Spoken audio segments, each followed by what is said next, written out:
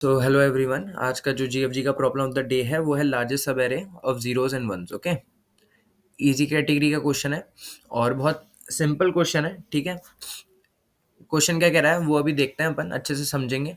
और company tag में आप देखोगे ना तो Paytm, Morgan Stanley, Amazon, make my trip. Okay, I am sure ये और भी जगह पे पूछा हुआ है क्योंकि ये एक स्टैंडर्ड क्वेश्चन है, फेमस क्वेश्चन है, तो डायरेक्टली इसको इंटरव्यूज में पूछ लेते हैं। और एक्सपेक्टेड कॉम्प्लेक्सिटीज जो इन्होंने बोली है ना, वो टाइम के लिए इन्होंने बोला है order of N linear complexity, and space में भी order of N linear complexity. Okay, तो चलो अब फटाफट से क्वेश्चन को समझते हैं अच्छे से एग्जाम्पल के साथ। तो क्वेश्चन क्या कह रहा है कि given an array of zeros and ones. Okay, आपको एक एरे दे रखा होगा, उसमें या तो जीरोस ही होंगे या फिर वंस ही होंगे। Okay, find the find and return the length of the longest subarray with equal number of zeros or and equal number of ones. Okay, okay, अच्छा देखो, पहले अपन यहाँ पे डिस्कस कर लेते हैं कि एरे दे रखा होगा, उसमें या तो जीरोस ही होंगे या फिर वंस ही होंगे। ठीक है, अब मेरे को है ना इस एरे का सबसे लॉन्गेस्ट, सबसे लंबा या सबसे बड़ा ऐसा सब एरे बताना है जिसमें count of zero equal to count of one हो। ठीक है, थ्योरेटिकली क्वेश्चन को समझ लिया है अपन ने, अब देखते हैं एक बार इसको एग्जाम्पल के साथ। ओके, यहाँ पे बोला हुआ है, देखो यहाँ पे कितने सब एरे बनेंगे, बहुत सारे सब एरे बन सकते हैं। कितने बनते हैं? N into N plus one by two sub arrays बनते हैं। ठीक है, पर मेरे को लॉन्गेस्ट सच सब एरे चाहिए जिसमें equal number of one and zeros हो। Fine, okay. सो यहाँ पे आप देखोगे ना तो यहाँ पे 6 लेंथ का है, तो ये देखो कितने वंस है इसमें, वन इक्वल टू में 3 है, कितने नंबर ऑफ जीरोज हैं, 0 इक्वल टू में 3 है, और इसकी लेंथ कितनी है, लेंथ इक्वल टू में 6 है। ठीक है, अब आप देखो ये भी तो हो सकता था, आपका आपका सब एरे ये भी तो हो सकता था, ये भी हो सकता था, इसमें भी equal number of zero equal number of one है पर इसकी लेंथ 2 है। आपका ये भी तो हो सकता था, इसमें भी equal number of zero equal number of one है पर इसकी लेंथ 4 है, पर हमें लॉन्गेस्ट देना था। ठीक है, आगे चलते हैं, इसमें भी सेम, यहाँ पे देखो यहाँ पे 4 लेंथ। ठीक है, और एक और आपको 4 लेंथ का मिलेगा, यही लॉन्गेस्ट है, तो कोई सी भी 4 लेंथ आप रिटर्न करा सकते हो। ठीक है ना, तो हमने क्वेश्चन समझ लिया, क्वेश्चन डिस्क्रिप्शन समझ लिया, एग्जाम्पल भी समझ लिया। ठीक है, अब देखते हैं इसकी ब्रूट फोर्स अप्रोच क्या होती है, क्या हो सकती है। ऑब्वियसली वो टीएल ही देगी। ठीक है, देखो ब्रूट फोर्स क्या कह रहा है कि check every sub array, count number of ones, count number of ones and zeros in every sub array.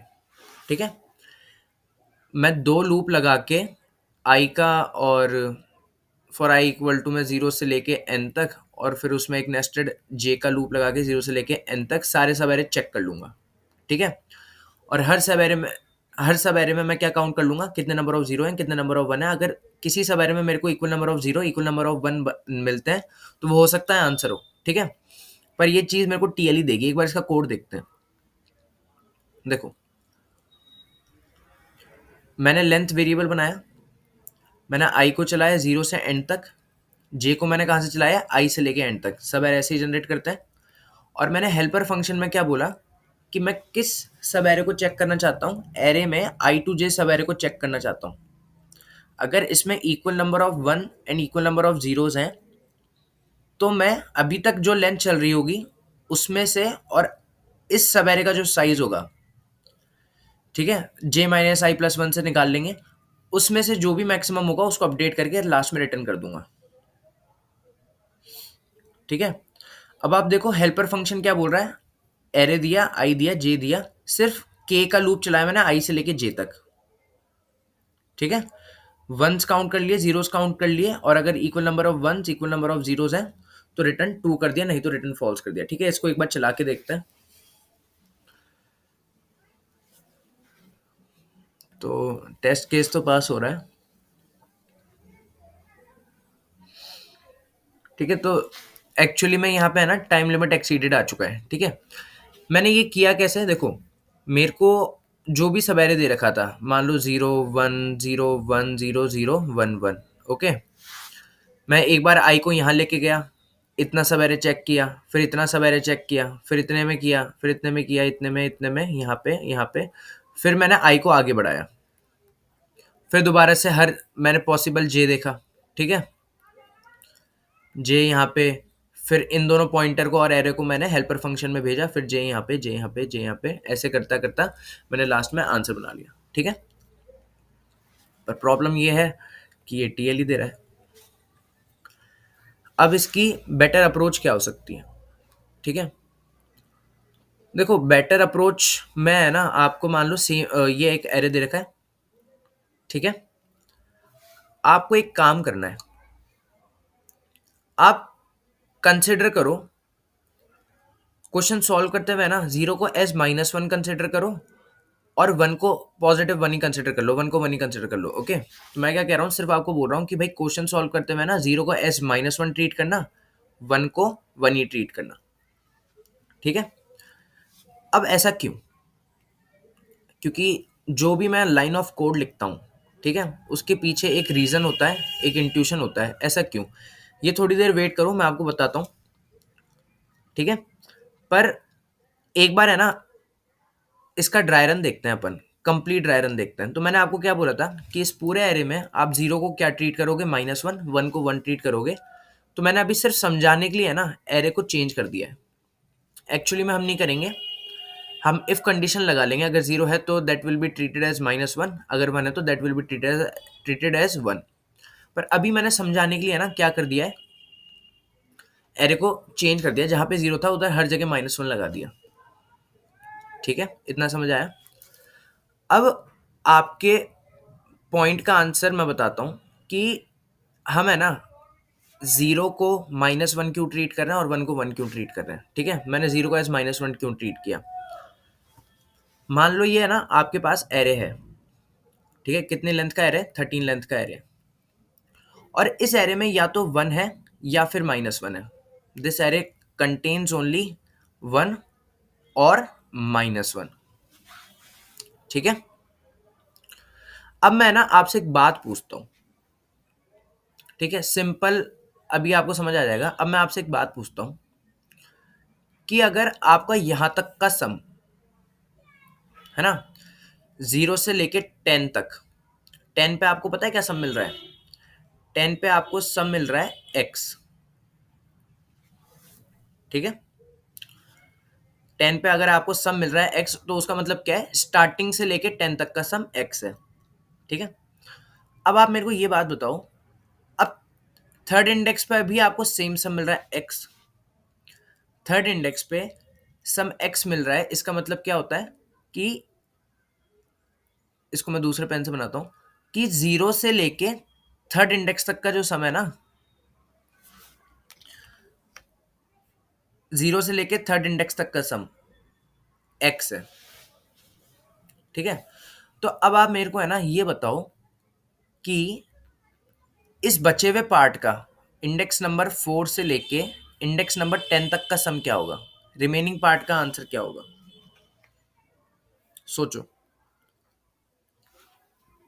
भाई, आपको है ना अभी क्या पता है कि भाई जीरो इंडेक्स से लेके 10 इंडेक्स तक का सम x है, और अभी आपको क्या पता है कि जीरो इंडेक्स से लेके थर्ड इंडेक्स तक का भी सम क्या है, x है, ठीक है। मैं इसको थोड़ा जूम कर देता हूँ, भी x है। तो ये बचे हुए पार्ट का सम क्या होगा? सिंपल मैथ्स, क्या करेंगे, पूरे में से, इस पूरे वाले पार्ट में से, इस पूरे वाले पार्ट में से, ठीक है, इतने को हटा देंगे तो इतना बचेगा। तो x में से, ठीक है, x हटा दिया तो 0 बचा, ठीक है। मतलब इंडेक्स नंबर 4 से लेके इंडेक्स नंबर 10 तक का सम है ना 0 था। और आप सोचो कि है ना आपके एरे में या तो 1 है या -1 है, ठीक है। तो ये 0 अगर सम बच रहा है ना, अगर ये अगर इतने पार्ट का, अगर मैं क्या बोल रहा हूं, इतने पार्ट का सम 0 है, ठीक है, अगर इतने पार्ट का सम 0 है, तो आप बताओ इसमें equal number of ones and equal number of -1 नहीं होंगे? जब भी तो इस पूरे का सम 0 है, जब भी तो इस बॉक्स का सम 0 है। बताओ, है ना? भाई जितने नंबर ऑफ वन होंगे उतने नंबर ऑफ माइनस वन होंगे, तभी तो सम जीरो आ रहा है। अगर सम पॉजिटिव आता, सम क्या आ सकता था, इस बॉक्स का सम क्या आ सकता था, आप खुद सोचो। या तो जीरो आ सकता था, तो मैं इसमें बोल देता कि same number of ones and same number of zeros हैं। अगर सम लेस देन जीरो आता, ठीक है, तो मैं ये बोल देता कि भाई इसमें माइनस वन की फ्रीक्वेंसी या माइनस वन की फ्रीक्वेंसी ज्यादा है, ठीक है, माइनस वन ज्यादा है। या फिर हो सकता था कि जो सम है ना वो ग्रेटर देन जीरो है, तो मैं ये बोल देता कि माइनस वन कम है और पॉजिटिव वन ज्यादा है। पर एक्चुअली आपका जो सम है ना वो जीरो आया है। इसका मतलब वन भी इक्वल अमाउंट में है, जितने वन उतने ही हैं जितने माइनस वन है। Equal number of ones and minus one है, ठीक है। तो इसको समझो, ऑब्जर्व करो अच्छे से। रटने की जरूरत नहीं है, क्वेश्चन रटने के लिए नहीं होते हैं, इंट्यूशन बिल्ड करने के लिए होते हैं, ठीक है। एक क्वेश्चन सीखना है और उससे आगे जाके अपने को और भी सेम पैटर्न पे क्वेश्चन मिलेंगे तो वो अपन खुद से कर पाए, ठीक है। अब आप देखो कि इसलिए अब आपको थोड़ा थोड़ा समझ आया होगा कि हाँ मतलब हमने जीरो को माइनस वन कैसे ट्रीट की, क्यों ट्रीट किया, वन को वन क्यों ट्रीट किया, ठीक है। देखो आप है ना, ऐसा भी कर सकते थे कि वन को माइनस वन ट्रीट कर लूं, फिर आपको क्या करना पड़ता है, जीरो को प्लस वन ट्रीट करना पड़ता, ठीक है। ठीक है, तो एक कंप्लीट ड्राई रन देखते हैं, उसके बाद मैं इस पॉइंट पे है ना दोबारा आऊंगा, ठीक है। मैं इस पॉइंट पे दोबारा आऊंगा, एक बार कंप्लीट ड्राई रन देखते हैं। मैंने क्या बोला है, जीरो को माइनस वन कंसिडर करेंगे, वन को प्लस वन कंसिडर करेंगे, ठीक है। एक्चुअली में एरे में चेंजेस नहीं करेंगे, पर अभी सिर्फ समझाने के लिए मैंने एरे को ऐसा कर दिया कि जहां पे भी जीरो था ना वहां पे माइनस वन लिख दिया, ठीक है। अब देखते हैं कैसे होगा। अब आप देखो, जब हमने इनिशियली चलना चालू नहीं किया तो हमारे पास सम कितना है, जीरो है। तो हम क्या बोलेंगे, ये एक मैप बना लेंगे। हम क्या बोलेंगे कि भाई जीरो सम पता है हमें कहाँ मिल रहा है, माइनस वन इंडेक्स पे, ठीक है। अब देखना ध्यान से, यहां पे आए तो सम कितना हो गया, माइनस वन। क्या आपको मैप में माइनस वन सम मिल रहा है? मैप में आपको माइनस वन सम नहीं मिल रहा है, ठीक है। तो आप एक काम करो, इस माइनस वन को बोल दो कि माइनस वन हमें जीरो इंडेक्स में मिला है, ठीक है। अब देखो आगे चले, अब सम कितना हो गया, minus one plus one zero. क्या आपको जीरो सम मिल रहा है? बिल्कुल मिल रहा है। तो देखो ये सम रिपीट हो गया ना, तो आपको ये equal number of zeros equal number of ones की विंडो मिल गई, ठीक है। अब आप बोलोगे इधर जीरोस तो है ही नहीं। आप ध्यान ध्यान से सोचो कि हमने है ना जीरो को माइनस वन ट्रीट किया था, एक्चुअली ये जीरो ही है ना। तो आपको एक विंडो मिल गई, ठीक है। तो आंसर में अभी तक लेंथ क्या थी, आंसर इक्वल टू में जीरो, तो अभी तक टू हो गई, ठीक है। अभी और बात करेंगे, अभी देखते हैं और। अब आप ये देखो, क्या आपको ध्यान से देखना, अब zero plus minus one, zero plus minus one कितना हो गया, माइनस वन। क्या आपको ये सब मिल रहा है? बिल्कुल मिल रहा है, ठीक है। तो आप मेरी बात सुनो कि आपको ये जीरो कहां पे ये माइनस वन सम कहां पे मिल रहा था, जीरो पे। तो स्टार्ट हो गया जीरो और एंड ये दोबारा कहां पे मिल रहा है, इधर मिल रहा है ना, सेकंड इंडेक्स पे, ठीक है। तो मैं बताऊं, आप ये देखो कि स्टार्ट प्लस वन से लेके एंड तक की विंडो देखो, स्टार्ट प्लस वन से लेके एंड तक की विंडो देखो। स्टार्ट क्या है, जीरो, स्टार्ट प्लस वन क्या होगा, वन। तो वन से टू के बीच में equal number of zeros equal number of ones होंगे, स्टार्ट प्लस वन से लेके एंड तक, ठीक है। इस विंडो की साइज क्या है, इस विंडो की साइज टू है, और अभी हमारा करंट आंसर भी टू है, हम इसको अपडेट नहीं करेंगे, ठीक है।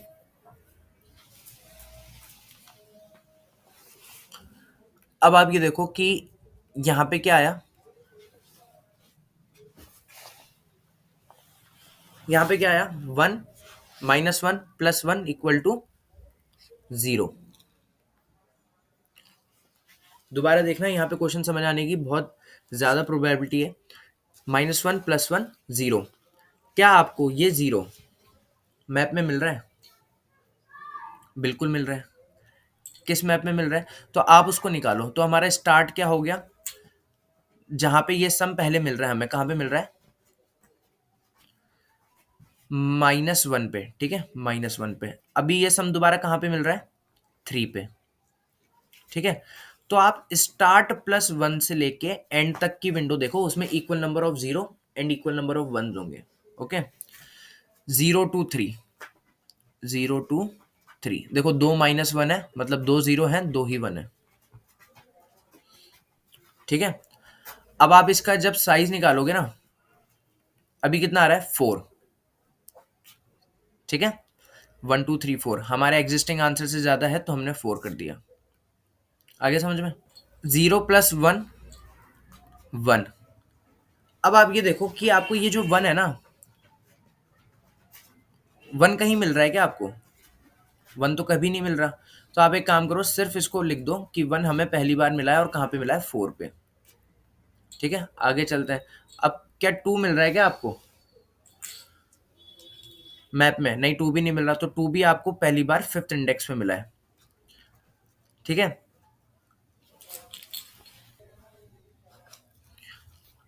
अब कितना मिल रहा है आपको? 1, ठीक है। क्या आपको 1 मैप में मिल रहा है? बिल्कुल मिल रहा है। 1 कहाँ पे मिल रहा है? उसको बनाओ आप स्टार्ट। दोबारा वो कहाँ पे मिल रहा है? उसको बनाओ आप 6, ठीक है। तो अब एंड +1 से लेके, सॉरी, स्टार्ट +1 से लेके एंड तक की विंडो देखो, ठीक है। स्टार्ट +1 से लेके एंड तक की आप विंडो देखोगे ना, स्टार्ट +1 क्या बन रहा है? 5 से लेके 6, तो उसमें equal number of zeros and equal number of ones आएंगे, ठीक है। इसका आंसर कैसे निकालेंगे? सिंपली हम कर देंगे and minus start. Okay, and minus start, 4 - 6 = में 2, ठीक है। 4 - 6, ये एग्जिस्टिंग आंसर से ज्यादा नहीं है, तो अभी तक हम इसको अपडेट नहीं करेंगे, ठीक है। आगे चलते हैं। आगे में क्या आएगा? 2। अब देखो आपको 2 दोबारा मिल रहा है, ठीक है। 2 एक बार हमें पहले मिल चुका है, उसको बनाएंगे स्टार्ट इक्वल टू में 5 पे, पहले 5 पे मिला था, दोबारा हमें 7 पे मिला है, ठीक है। स्टार्ट +1 से लेके एंड तक की विंडो में equal number of zero equal number of one होंगे, ठीक है। आप ये देखो कि 6 to 7 में equal number of zero equal number of one है। इसके हिसाब से जब मैं आंसर निकालूंगा तो कर दूंगा एंड माइनस स्टार्ट, ठीक है। विंडो की साइज आ जाएगी विच इज इक्वल टू 2, ठीक है, not more than the existing answer. तो ऐसे करते करते करते करते करते मैं फाइनली पूरा एरे को ट्रैवर्स करूंगा जब मेरे को आंसर मिल जाएगा, ठीक है। तो अब आप खुद सोचो, मैंने जीरो इसलिए कंसिडर किया, जीरो को -1 इसलिए कंसिडर किया ताकि है ना, हमको हमारे जो सम है ना वापस मिल सके, ठीक है। तो अब एक बार इसका कोड देखते हैं। कोड में ये वाला एरे मॉडिफाई नहीं करेंगे। देखो, आंसर बनाया, सम बनाया, ठीक है, अनऑर्डर्ड मैप, सम जीरो हमें -1 इंडेक्स में मिल रहा है, यही बताया था मैंने। अब आप देखो, अगर A R of I zero है तो उसको -1 कंसिडर करना है, तो उसको एज -1 मैंने ऐड कर लिया। अगर 1 होगा तो एज +1। अगर एम पी डॉट फाइंड ये सम ऑलरेडी मिल चुका है तो स्टार्ट लगाओ, स्टार्ट निकालो मैप से, एंड निकालो, और लेंथ क्या होगी? And minus start. अगर ये एग्जिस्टिंग आंसर से ज्यादा है तो अपडेट कर लो, नहीं अगर ये पहली बार मिला है सम तो मैपिंग ले लो और फिर रिटर्न आंसर, ठीक है। एक बार चला के देखते हैं इसको।